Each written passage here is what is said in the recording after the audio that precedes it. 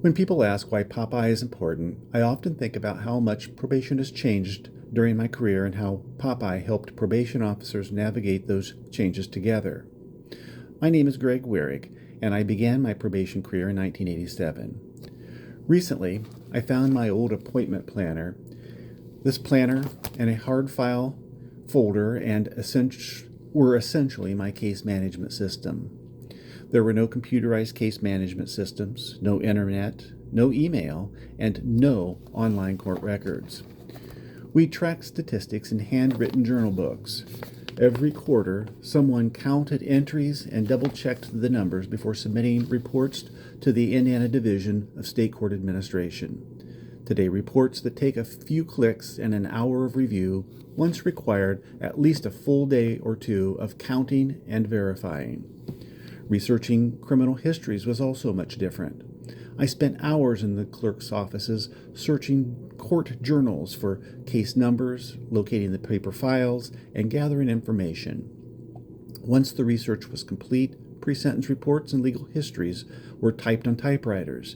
If you made a mistake, out came the whiteout, although judges preferred not to see too much of it.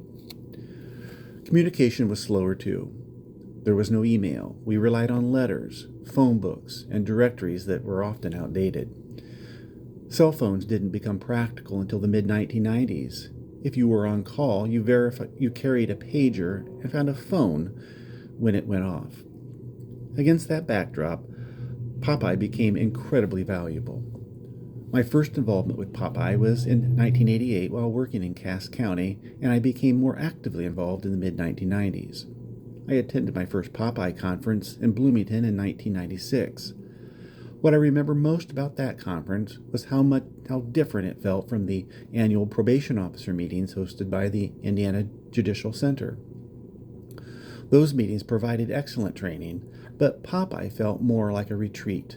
It gave probation officers time to talk, share ideas, build relationships, and learn from one another.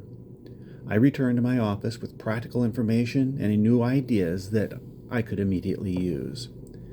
Having worked much of my career in smaller counties, that networking was especially important.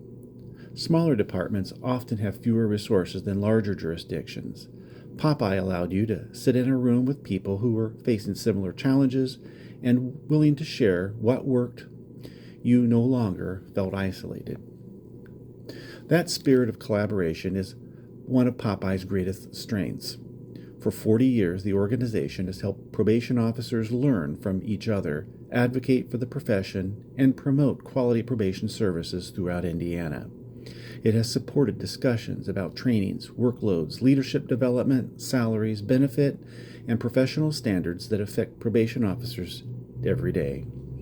When I think about POPAI's legacy, I hope people remember that it has always been about probation professionals helping other probation professionals.